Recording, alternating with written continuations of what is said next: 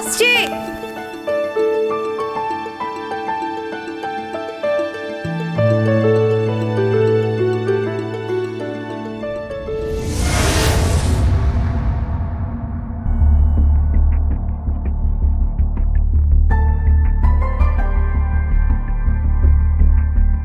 আপনি ভেতরে আসতে পারি? হ্যাঁ নিশ্চয়ই, আসুন প্লিজ, আসুন আসুন, বসুন। পূর্বী, সোমদত্তা। না না না না না, কাউকে ডাকতে হবে না, আমি আপনার সঙ্গে কিছু কথা বলতে চাই। হ্যাঁ নিশ্চয়ই, কিন্তু আমাদের বাড়িতে এসেছেন, একটু চা খান, মিষ্টি টিষ্টি আনাই। না না, তার দরকার হবে না। না দেখুন, আমি মিষ্টি টিষ্টি খাই না, আমার বয়স হয়েছে, আমি ডায়াবেটিক, তাছাড়া প্রেশার আছে। ওমা, তাতে কি হয়েছে? অন্তত কিছু একটা মুখে দিন। আচ্ছা দাঁড়ান, আমি একটা কাজ করছি। এই দেখো পূর্বী, এই দেখ কে এসেছেন।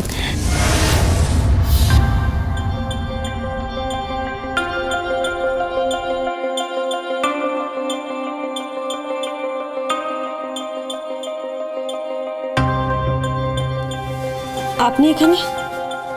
হ্যাঁ। প্রতাপ নারায়ণ চৌধুরী আমাদের বাড়ি পায়ে দোলো দিলেন? না, সেরকম কিছু নয়, আসলে একটা ধর্ম সংকটে পড়ে গেছি, তাই এসেছি। ধর্ম সংকট? কি ধর্ম সংকট? পূর্বী, একটা বড় ভুল বোঝাবুঝি হচ্ছিল, অবশ্য আমি জানি না এর শেষ কোথায়, ও একটু আলোচনা করা দরকার। কি ভুল বোঝাবুঝি?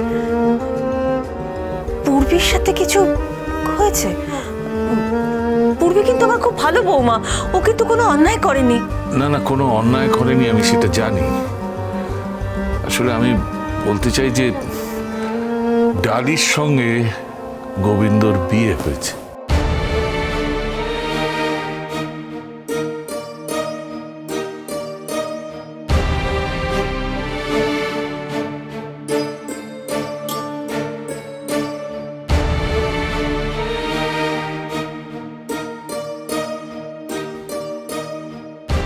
পূর্বী, মন খারাপ করো না। আপনি কি এত দূর বয়ে আমাদের বাড়িতে এই কথাটা বলতে এসেছেন যে গোবিন্দর সঙ্গে ডালির বিয়ে হয়েছিল? তাহলে গোবিন্দ এতদিন এ বাড়িতে কি করছিল?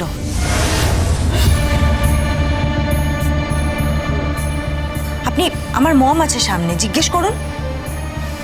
উনি তো আপনার সামনে মিথ্যাচার করবেন না। আমার ড্যাড আছে, তার সঙ্গে আপনি ফোনে কথা বলেছেন, তারপরে এই প্রশ্নগুলো কেন উঠছে? না না, তুমি ভুল বুঝছো। দেখো, গোবিন্দর সঙ্গে ডালির বিয়ে হয়েছে, কিন্তু আরো একজন রয়েছে যে হুবহু গোবিন্দর মতো দেখতে।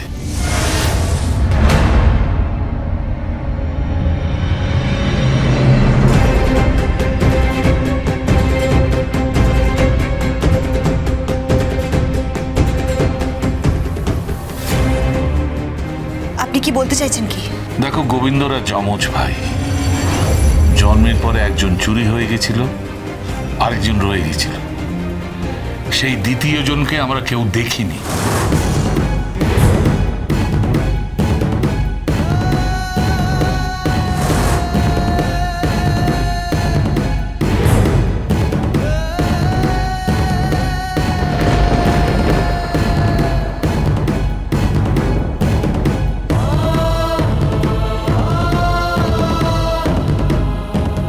আপনি কি কোনো আষাঢ়ে গল্প শোনাতে এসেছেন নাকি?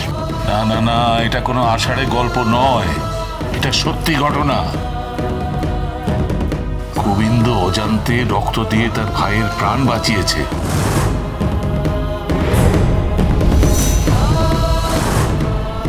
ভাইয়ের প্রাণ? হ্যাঁ, পূর্বী, তোমার সঙ্গে যার বিয়ে হয়েছিল সে এখন হাসপাতালে মরণাপন্ন।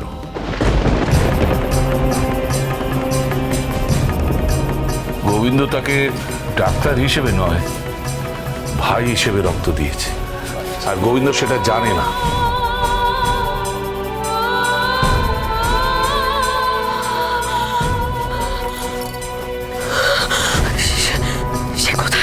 সে কোথায়?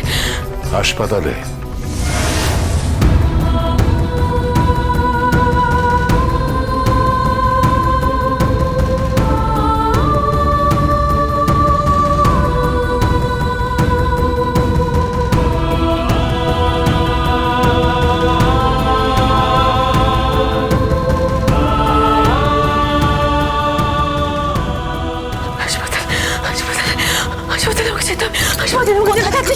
কোথায় যাচ্ছিস ফুলকি, কোথায় যাচ্ছিস? মা বাজু হাসপাতালে, মা বাজু হাসপাতালে, আমাকে যেতে হবে, মা বাজু হাসপাতালে। পূর্বি, মম আমি আসছি। কোথায় যাচ্ছিস পূর্বি, তোরা? দাঁড়া!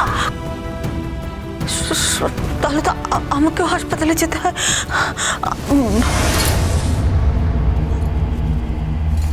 আপনি কি এখন এখানে মানে চলে যেতে বলছেন? যাব, কিন্তু তার আগে আমার একটা কথা জানা দরকার। কি কি কথা? আপনার থেকে একটা ব্যক্তিগত এবং গোপন খবর আমি জানতে চাই। কি? হাসপাতাল থেকে দ্বিতীয় যমজ বাচ্চাটিকে কে চুরি করেছিল?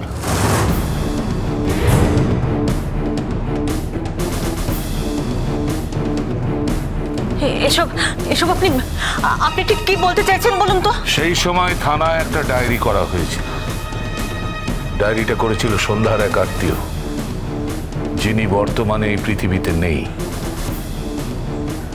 এসব কথা আপনাকে কে বলেছে? আমি বলেছি।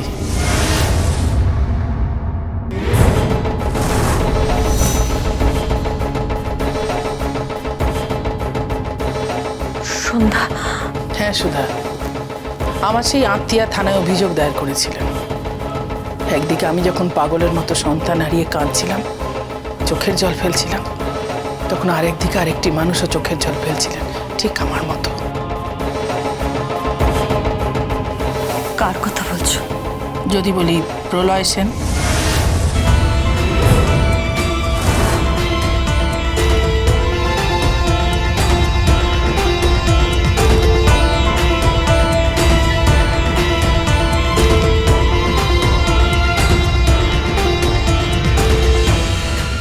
আপনি কি এমন কিছু কাজ করেছেন যার জন্য আপনার মাথাটা নিচু হয়ে যায়? আমি যতদূর জানি যে প্রলয় সেনের সঙ্গে আপনার বিয়ে হয়েছিল, তারপর প্রলয় সেন সন্ধ্যার কাছে সবকিছু গোপন করে একটা সম্পর্ক স্থাপন করে। এমন তো নয় এই কাহিনী এক নির্মম প্রতিশোধের গল্প?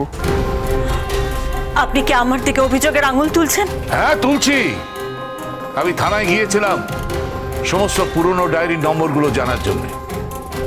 বহু বছরের পুরনো কেস, সেটা আমি জানি। আজ একদিন বাদে কবর খুঁড়ে সেই খবরগুলো বের করা হচ্ছে। কেন করছেন? কেন করছেন আপনি এসব? কারণ এবার মহাযুদ্ধ হবে। মহাযুদ্ধ? হ্যাঁ সুধা, আর তো উপায় নেই। বিকাশবাবু আর ঋতু দেবী সৌনকের পিতৃত্ব মাতৃত্ব দাবি করেছেন। আইনত ওরাই ওর বাবা আর মা, কিন্তু আসলে সৌনকের বাবা মা প্রলয় সেন আর আমি। একটা অদ্ভুত জটিল পরিস্থিতির মধ্যে আমি দাঁড়িয়ে রয়েছি। কথাটা মনে রেখো সুধা। এক মিনিট। সন্ধ্যা, তোমার কথার মধ্যে হুমকির সুর। আমি হুমকি দিইনি সুধা। যে সন্তানকে আমি হারিয়ে ফেলেছি তাকে সুবিচার দেবার আশায় আজ আমার এখানে আসা।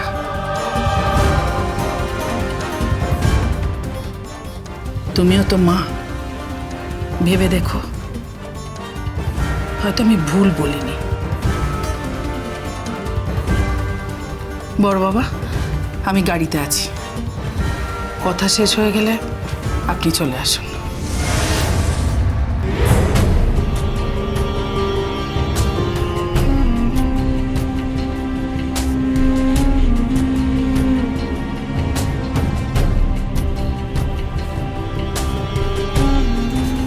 চব্বিশ ঘন্টা সময় দিলাম, এর মধ্যে সবকিছু কনফেস করে যদি না পাঠান খুব মুশকিলে পড়ে যাবেন।